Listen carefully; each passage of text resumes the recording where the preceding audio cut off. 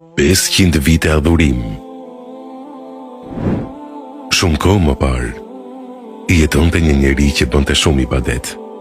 Ky jetonte në një ishull dhe i kishte bërë adhurim Allahut për 500 vjet me radhë. Allahu i Madhërisëm krijoi për të një burim uji dhe një pemë shege që bënte fruta për çdo ditë.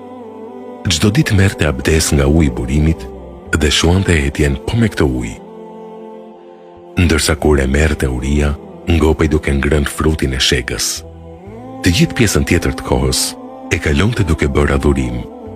Ky njeri kërkonte nga Allahu që të jepte shpirt kur të ishte në sejdë dhe të qëndronte kështu deri në ditën e Ahiretit.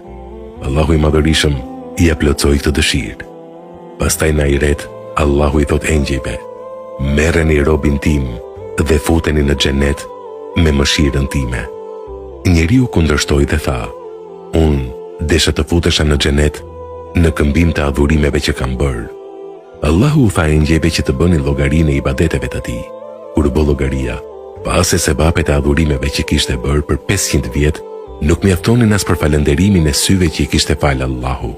Kur e mësoi këtë, bëri teube dhe përsëri kërkoi mëshirën e Allahut. Subhanallah. Sa të mira i dhuron Allahu robit të tij, dhe robi nuk di të falënderoj. O Zot, çdo e mirë është prej Teje dhe çdo e keqe është prej veprave tona.